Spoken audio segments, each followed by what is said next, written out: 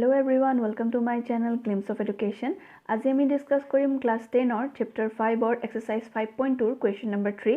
মই ইয়াৰ আগৰ ভিডিও কেইটাত এইটো চেপ্টাৰৰ ইম্পৰ্টেন্ট টপিকৰ লগতে exercise 5.1 আৰু exercise 5.2 question number 1 and 3 already discuss কৰিছো. আপোনালোকে যদি ভিডিও কেইটা চোৱা নাই তেন্তে মই তাৰ লিংক ডেসক্ৰিপচন বক্সত দি দিম, নহলে ওপৰত থকা এই আই বাটনত ক্লিক কৰি আপোনালোকে ভিডিও কেইটা চাই ল'ব পাৰে. তেন্তে আহকচোন আজি ভিডিওটো ষ্টাৰ্ট কৰো. Question number 3 পাঁচটা সমান্তৰ প্ৰগতি দিছে আৰু প্ৰতিটো সমান্তৰ প্ৰগতিৰ মাজে মাজে কেইটামান টাৰ্মছ দিয়া নাই। আমি যিকেইটা টাৰ্মছ দিয়া আছে সেই টাৰ্ম কেইটা ইউজ কৰি মিসিং টাৰ্ম কেইটা উলিয়াব লাগে।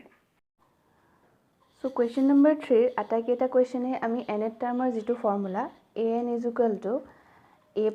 n - 1 * d এই ফৰ্মুলাটো ইউজ কৰি পেলাই আমি গোটেইকেইটা কোৱেশ্চন সলভ কৰিব পাৰিম। প্ৰথম কোৱেশ্চনটোত এতিয়া প্ৰথম পদ মানে ফাৰ্স্ট টাৰ্ম দিছে a = 2, ইয়াতে থাৰ্ড টাৰ্ম দিছে a3 = 26। সো ইয়াৰ পৰা আমি সেকেন্ড টাৰ্মটো উলিয়াব লাগিব। সো আমি a3 ফৰ্মুলাটো এই ফৰ্মুলাটোত লিখিব পাৰিম। সো a প্লাস ইয়াত n ৰ ভ্যালু হ'ব 3 - 1 * d = 26। সো ইয়াত a ৰ ভ্যালু দিয়া আছে 2, সো 3 - 1 is 2 = 26। সো ইয়াতে টুৱাইস দি থাকিব আৰু 2 টো যদি আমি ইফালে ট্ৰান্সফাৰ কৰো তেতিয়াহলে 26 - 2 হ'ব। সো টুৱাইস d = 24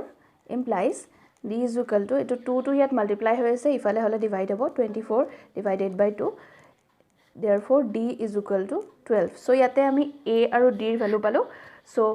ইয়াত সেকেন্ড টাৰ্ম আপটো আমি ইয়াৰ পৰা লিখিব পাৰিম a2 = আমি জানো যে সেকেন্ড টাৰ্মটো আমি কি বুলি লিখো a + d। এই ফৰ্মুলাটো ইউজ কৰি আমি কৰিব পাৰো বা আমি যেটো জানো যে ফাৰ্স্ট টাৰ্মটো a হয়, সেকেন্ড টাৰ্মটো a + d হয়, তেনেকুৱাকৈ আমি কৰিব পাৰো। সো a ৰ ভ্যালু হ'ব 2 আৰু d ৰ ভ্যালু পাইছো 12। সো এতিয়া 2 + 12 = 14। সো ইয়াতে সেকেন্ড টাৰ্মটো হ'ব 14। সো ইয়াত 3 ৰ সেকেন্ড কোৱেশ্চনটো দিছে যে সেকেন্ড টাৰ্ম a2 = 13 আৰু 4 নম্বৰ টাৰ্ম a4 = 3। সো ইয়াৰ পৰা আমি ফাৰ্স্ট টাৰ্ম আৰু থাৰ্ড টাৰ্মটো লিখিব লাগিব। সো ইয়াতে আমি a ৰ ভ্যালুও নাজানো আৰু d ৰ ভ্যালুও নাজানো। সো আমাক যিকিটা নম্বৰ দিছে সেই দুটা নম্বৰ ইউজ কৰি আমি a আৰু d ৰ দুইটাৰ ভ্যালু উলিয়াব লাগিব আৰু উলিয়াই পেলাই আমি ফাৰ্স্ট টাৰ্ম আৰু থাৰ্ড টাৰ্মটো লিখিব লাগিব। সো ইয়াত a টোৰ ঠাইত আমি লিখিব পাৰো যে a + 2 - 1 * d = 13 implies a = 2 - 1 is 1, so a + d = 13। So তেনেদৰে a4 টোত আমি nth টাৰ্মৰ ফৰ্মুলাটো ইউজ কৰি লিখিব পাৰো a + 4 - 1 * d = 3 implies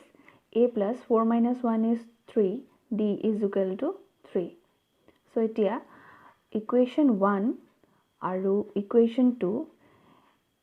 এই দুটা ইকুৱেশন সলভ কৰি পেলাই আমি a আৰু d ৰ ভ্যালু উলিয়াব লাগিব। সো 1 - 2 যদি কৰো তেতিয়াহলে a + d - a + thrice d = right hand side আছে 13, so 13 - 3, so a + d - a - thrice d, 13 - 3 is 10, so plus a minus a দুইটা cancel যাব, d - thrice d, so minus twice d হ'ব = 10 implies d = 10 / -2। so 2 ৰে 10 ক 5 times যাব, so d = কিমান হ'ব -5। so আমি এই দুটাৰ ভিতৰত যিকোনো এটা ইকুৱেশনৰ d ৰ ভ্যালুটো পাতি দিলে a ৰ ভ্যালু পাম। so আমি ফাৰ্স্ট ইকুৱেশনটোতে পাতিছো। so ফাৰ্স্ট ইকুৱেশনটোত আমি এতিয়া d ৰ ভ্যালু পাতিলে হ'ব a - 5 = 13। so ইয়াত a = 5 টো ইফালে গলে পজিটিভ হৈ যাব, অৰ্থাৎ 13 + 5 হ'ব, 13 + 5 is 18। so ইয়াতে আমি a আৰু d ৰ ভ্যালু পালো। এতিয়া আমি উলিয়াব লাগিব ফাৰ্স্ট টাৰ্ম আৰু থাৰ্ড টাৰ্মটো। so a ৰ ভ্যালু 18 মানে ফাৰ্স্ট টাৰ্মটো আমাৰ কিমান হ'ল 18। তাৰ পিছত এতিয়া আমাক লাগে থাৰ্ড টাৰ্মটো। so আমি জানো যে আমি থাৰ্ড টাৰ্মটো কেনেকৈ পাব পাৰো যে আমি সেকেন্ড টাৰ্মটোৰ লগত যেটো কমন ডিফাৰেন্স বা সাধাৰণ অন্তৰ থাকে হেতু যোগ কৰি পেলাই আমি থাৰ্ড টাৰ্মটো পাও। so ইয়াতে সেকেন্ড টাৰ্ম আছিল 13, তাৰ লগত আমি সাধাৰণ অন্তৰ অৰ্থাৎ d টো প্লাস কৰিছো। so d ৰ ভ্যালু ইয়াত আছে -5, so 13 - 5 is 8। so এনেকৈ আমি থাৰ্ড টাৰ্মটো পালোঁ 8 থাৰ্ড কুৱেশ্যনটোত এতিয়া এৰ ভেলু দিছে 5 আৰু ফ'ৰ্থ টাৰ্মটো A4 দিছে 9.5 সো এটুক যদি আমি অলপ সিম্পলকৈ লিখোঁ তেতিয়া হ'ব 9 into 2 18 18 plus 1 is 19 so A4 ভেলুটো আছে 19/2 so A4 টোক আমি এনেকৈ লিখিব পাৰোঁ A plus 4 minus 1 into D is equal to 19/2 so ইয়াতে A ভেলু আছিলে 5 4 minus 1 is 3 19/2 so thrice D is equal to 19/2 plus 5 to ইফালে ট্ৰান্সফাৰ কৰিলে -5 হ'ব so thrice D is equal to 19 so ইয়াত আমি LCM টো যদি লওঁ তেতিয়াহ'লে 2 হ'ব আৰু 5 into 2 10 so D is equal to 9/2 এই 3 টো ইয়াত মাল্টিপ্লাই হৈ আছে ইফালে ট্ৰান্সফাৰ কৰিলে ডিভাইড হ'ব so 3 ৰে 9 ক 3 টাইমছ যাব so D ৰ ভ্যালুটো আমি পালো 3/2 so এতিয়া সেকেন্ড টাৰ্মটোৰ কাৰণে আমি ফাৰ্স্ট টাৰ্মটোৰ লগত কি কৰিব লাগিব কমন ডিফাৰেন্সটো প্লাস কৰিব লাগিব সো a ৰ ভ্যালু আছে 5 কমন ডিফাৰেন্স আছে 3/2 সো এট LCM ললে হ'ব 2 5 into 2 10 plus 3 so 10 plus 3 is 13/2 so next আছে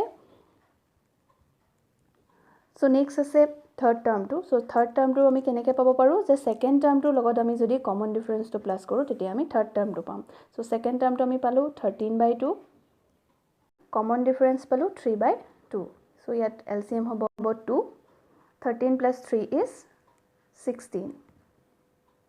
so 16/2 is 8 so ইয়াত আমি third term to পালো 8 so fourth question to দিছে a ৰ value -4 আৰু 6 টাৰ্ম টু দিছে 6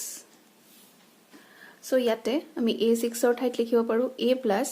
6 minus 1 into d is equal to 6 so a ৰ ভ্যালু আছে -4 6 minus 1 is 5 is equal to 6 so 5d is equal to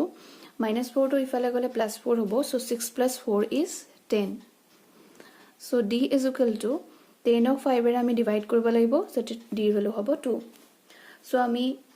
a ৰ value পালো -4 d value পালো 2 so ইয়াত আমি সেকেন্ড টাৰ্মটো লিখিবৰ কাৰণে a plus d কৰিব লাগিব so a ৰ ভ্যালু আছিল -4 d ৰ ভ্যালু আছে +2 so -4 plus 2 is -2 next আমি a3 ভ্যালুটোৰ কাৰণে a2 ৰ ভ্যালুৰ লগত কমন ডিফাৰেন্সটো প্লাস কৰিব লাগিব so কমন ডিফাৰেন্সটো so a2 ৰ ভ্যালু আছিল -2 কমন ডিফাৰেন্স আছিল +2 so -2 and +2 কেনসেল যাব so এটো হ'ব 0 ঠিক তেনেদৰে আমি a4 ৰ ভ্যালুটো উলিয়াব পাৰো a3 ৰ লগত কমন ডিফাৰেন্সটো প্লাস কৰি পেলাই so a3 ৰ ভ্যালু আছে 0 আৰু d ৰ ভ্যালু আছে 2